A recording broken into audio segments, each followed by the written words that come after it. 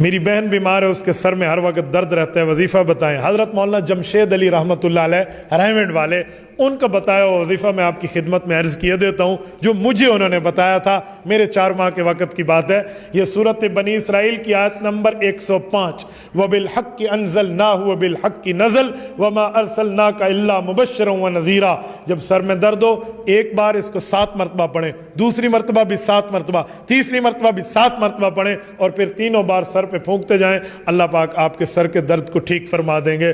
اور بالکل 100% یہ وظیفہ ہے، میں نے خود دیکھا ہے۔ مجھے درد شقیقہ کی تکلیف تھی، کبھی ادھر درد، کبھی ادھر درد، کبھی ادھر درد، اور اتنا درد شدت کا ہوتا، کبھی کبھی میرا جی چاہتا کہ میں اینٹ اٹھا کے سر پہ ماروں یا ٹکر دے ماروں، اتنا درد ہوتا کہ آنکھ کھولنا میرے لیے مشکل ہو جاتا۔ یہ حضرت مولانا کو اللہ پاک غریق رحمت فرمائے، انہوں نے یہ وظیفہ بتایا اور مجھے کہا خود پڑھو، اگر چاہتے ہو کہ آگے لوگوں کو دم کرو تو پھر اس کے لیے ایک ترتیب اور بھی ہے۔ فرمایا وہ ترتیب یہ ہے کہ ہر نماز کے بعد اس کو 7 مرتبہ پڑھو، اور 4 ماہ تک 120 دن مسلسل ہر نماز کے بعد پڑھو۔ آپ کی ایک نماز رہ نہ جائے، اگر رہ گئی تو ثم تستأنف الفریضہ، پھر پہلے دن سے شروع کرنا پڑے گا۔